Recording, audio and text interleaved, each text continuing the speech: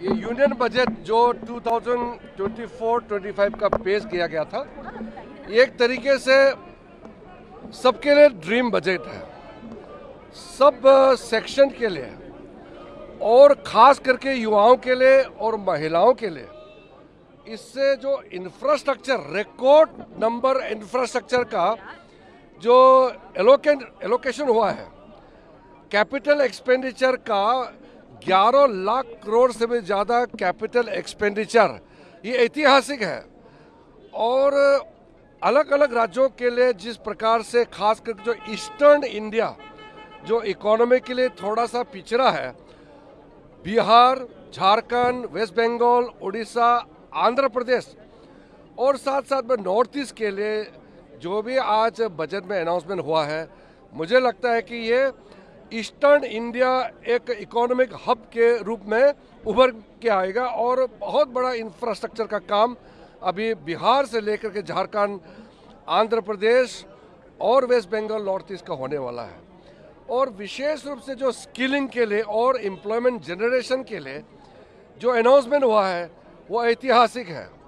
और जितने कार्यक्रम चलाने वाले हैं और युवाओं के लिए रोजगार इससे उत्पन्न होने वाला है, ये देश का आत्मनिर्भरता के लिए बहुत बड़ा योगदान होने वाले हैं। It's an underwhelming budget. I didn't hear anything about the key issues facing the common people of our country. There was no mention of Manrega. There was no mention or insufficient mention of any steps taken to improve the income of the ordinary person.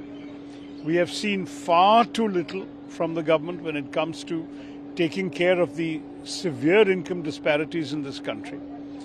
Job creation, there was a token gesture made towards that, but unfortunately very short on specifics. And I personally welcome only one provision, which is this abolition of the tax on angel investors. I myself had recommended it to Shri Arun Jaitley more than 5 years ago. Finally it has happened. I'm glad that's being done. We must have more investment coming in to generate more jobs. But otherwise I find very little in terms of any good creative ideas when it comes to generating more jobs in our economy and more opportunities for young people and for those at the bottom of the pyramid to improve their incomes. We will have to study the budget in much more detail, but I would say it's an underwhelming budget. क्या आपको लगता है कि इस budget से समाजवादी खुश है? देखिए, जब तक किसान और नौजवानों के पक्की नौकरी का इंतजाम नहीं होगा, तब तक कोई बड़ा लाभ नहीं पहुंचेगा जनता को। आपको लगता है कि असेंबली चुनाव जब होने वाले हैं आगामी, उसमें ये बजट असर करेगा, इनकी नीतियां असर करेंगी? स्वाभाविक है, क्योंकि सरकार जब चलती है, सरकार के फैसलों से असर पड़ता है। जो इश्यूज फेस कर रहे हैं आज, रोजगार की बात हो या अपने सपने साकार करने की बात हो, उन सबको एक बल देने का काम ये बजट में उन्होंने किया है। बहुत सारा स्ट्रेस जॉब क्रिएशन पे, स्किलिंग पे, मैन्युफैक्चरिंग पे, एम्प्लॉयमेंट जनरेशन पे, इंडस्ट्री को बढ़ावा देने के लिए, प्राइवेट सेक्टर को बढ़ावा देने के लिए, फॉरेन डायरेक्ट इन्वेस्टमेंट को बढ़ावा देने के लिए, इस तरह के बहुत सारी चीज़ें जो आम आदमी को, आम नौजवान को रोजगार की तरफ आगे बढ़ाता है, उन सब चीज़ों के बारे में इन्होंने ध्यान दिया है। और ऊपर से आंध्रा की बात जब आती है तो उसके लिए तो मैं तहे दिल से शुक्रिया अदा करना चाहूँगा नरेंद्र मोदी जी को, जिन्होंने एक वादा किया था कि आंध्रा की देखभाल हम करेंगे और उन्होंने आज किया है बजट के रूप में। बिहार में निश्चित रूप से बहार है, या फिर से एनडीए ही सरकार है और रहने वाली है। और इसके लिए जो भारत सरकार ने जो दिल खोल कर करके बजट में जो बिहार के विकास के लिए किया है, मैं सबसे पहले देश के यशस्वी प्रधानमंत्री जी का, देश के वित्त मंत्री जी का, मैं हृदय से बिहार के एक सांसद होने के नाते मैं बधाई करता हूं, धन्यवाद करता हूं। कोई ऐसा क्षेत्र नहीं है बिहार के विकास का जिन्होंने उसमें कहीं कोई कोताही करने का काम किया हो, चाहे वह पीएमजेएसवाई की रोड की बात हो, चाहे वह बोधगया की बात हो, चाहे नालंदा के टूरिज्म की बात हो, चाहे इंफ्रास्ट्रक्चर हर क्षेत्र में मेडिकल कॉलेजों की बात हो, या सारे चीजों में जिस तरीका से बिहार के प्रति भारत सरकार ने जिस तरीका से दिल खोल कर करके बजट में व्यवस्था किया है, इसके लिए मैं बार बार बिहार वासियों की तरफ से, अपने क्षेत्र महाराजगंज की तरफ से, महाराजगंज वासियों की तरफ से मैं केंद्र सरकार का, माननीय प्रधानमंत्री और माननीय वित्त मंत्री जी का हृदय से बधाई करता हूं, हृदय से धन्यवाद करता हूं। We have seen so many 10 budgets in the country. This is the first time in Andhra Pradesh got Amaravati and Polavaram, infrastructure, industrial corridor. Many things has been given to the Andhra Pradesh. First of all, I'm thankful to our Honorable Prime Minister and Finance Minister and this government.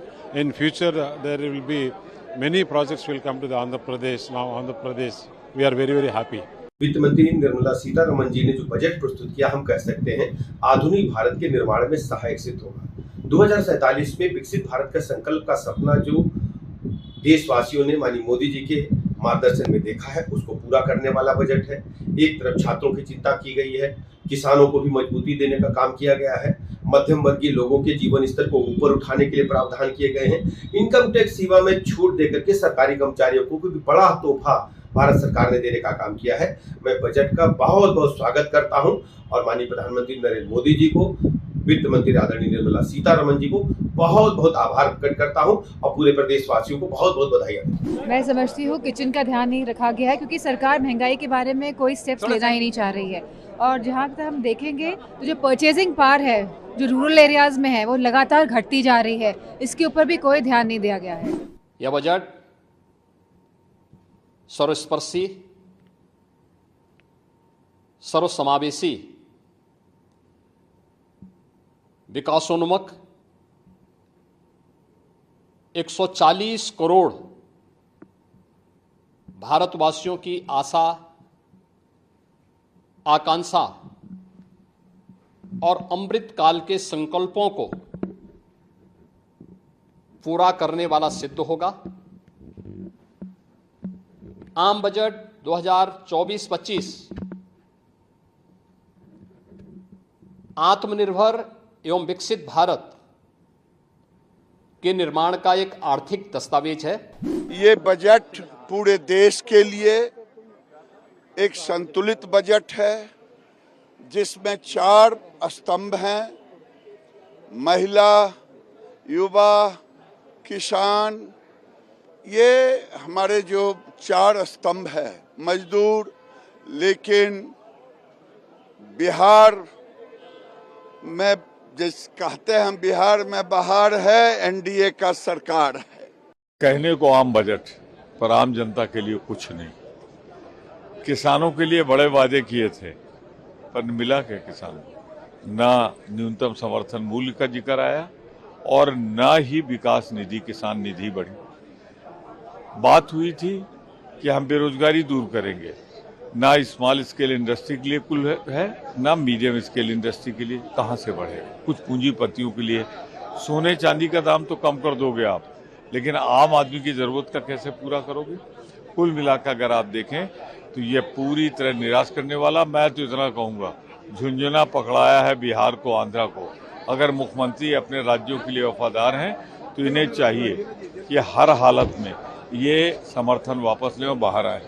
Her point पे, हर sector पे upper middle class, poor middle class और गरीब, rural area के लिए बहुत, किसान वर्ग के लिए बहुत कुछ, एग्रीकल्चर के लिए बहुत बड़ा खजाना एक बजट खोल दिया। बिहार बम बम हो गया, जो बाढ़ ग्रस्त इलाका है, तो अब हमारा गोरखपुर भी बाढ़ से बचेगा। ये एक ऐतिहासिक, बिहार के लिए, नालंदा यूनिवर्सिटी के लिए, राजगीर के लिए ऐतिहासिक बजट हमने नहीं उम्मीद की थी। देखो, बजट दिल्ली के कागजों में उनको ठीक लगता होगा, लेकिन ग्रामीण पृष्ठभूमि पे ठीक नहीं है। इसका ज्यादा लाभ किसानों को नहीं होगा, कंपनियों को जरूर लाभ होगा। जो ऑर्गेनिक और नेचुरल फार्मिंग की बात करिए, वो भी कोई न कोई एनजीओ, कंपनी, कोई संस्था वो इसको लेगी और वो कहेगी कि हम इतने किसानों को खेती करने सिखाएंगे ऑर्गेनिक। ये आएगा, उस पर पैसा चला जाएगा। वो इसका ये देखना कि किस मद में पैसा जाएगा। डायरेक्ट किसानों को लाभ देना है तो उसकी फसलों की कीमतें देनी पड़ेगी। बिहार के लिए जो हुआ है, बिहार का होने के नाते बहुत अच्छा लगा, लेकिन उसकी कीमत तो आपको चुकानी ही थी। यानी बिहार को ऐसे नाक नहीं पकड़ के वैसे नाक पकड़ा, लोग एक्सपेक्ट भी कर रहे थे। अच्छा किया, बिहार को ज़रूरत भी थी, बिहार की मांग भी थी, आपने किया। लेकिन साथ साथ आपने आंध्रा के लिए भी किया, एक्सपेक्टेड था। लेकिन बाकी आपने तेलंगाना के लिए क्या किया, पंजाब के लिए क्या किया, और जैसा आपने कहा बंगाल के लिए क्या किया। बहुत सारी बातें हैं जिस पे अब कल से उछल उछल के बातें होंगी। बढ़ती हुई बेरोजगारी, बढ़ती हुई महंगाई, खास तौर पे फूड इन्फ्लेशन, ऐसे चीज़ों के बारे में उनको सही ढंग से जिस तरीके से एड्रेस करना चाहिए था वो नहीं हुआ। इस हालत में जो चाहिए था वो ये था कि खर्चा जो है सरकारी खर्चा वो बढ़ने की जगह सरकारी खर्चा जीडीपी के मुकाबले में अगर आप देखेंगे तो वो रेशियो जो expenditure upon as percentage of GDP वो घट रहा है। अब आपकी आमदनी बढ़ी है 14.5% और आपका खर्चा जो आप बढ़ा रहे हो वो है 5.9%। तो आमदनी इतनी ज़्यादा बढ़ी है और खर्चा इतना कम है उसके मुकाबले में। इसका मतलब क्या है? हम लोग की मांग रही थी कि जब तक विशेष राज्य के दर्जे का दर्जा हम लोग को नहीं मिलता, स्पेशल पैकेजेस हम लोग को दिए जाएं। मैं धन्यवाद करूंगा मेरे प्रधानमंत्री आदरणीय नरेंद्र मोदी जी का, मैं धन्यवाद करूंगा हमारी वित्त मंत्री आदरणीय निर्मला सीतारमण जी का कि उन्होंने बिहार को जिस तरीके से स्पेशल पैकेजेस देकर, और मेरे लिए बिहारी होने के नाते खुशी की बात है, और मेरी पार्टी लोक जनशक्ति पार्टी रामविलास ने हमेशा बिहार फर्स्ट बिहारी फर्स्ट के विजन के साथ आगे बढ़ने का काम किया है। इस बजट में बिहार फर्स्ट बिहारी फर्स्ट को भी धरातल पर उतारने के प्रावधान दिए गए हैं। जहां एक तरफ इंफ्रास्ट्रक्चर इसमें मजबूती देने का काम किया गया है, वहां पे ब्रिजेस बना के, वहां पे क्या कहते हैं मेडिकल कॉलेजेस की बात हो, वहां पे एयरपोर्ट्स की बात हो, तो जहां एक तरफ बिहार के इंफ्रास्ट्रक्चर को मजबूत किया गया है।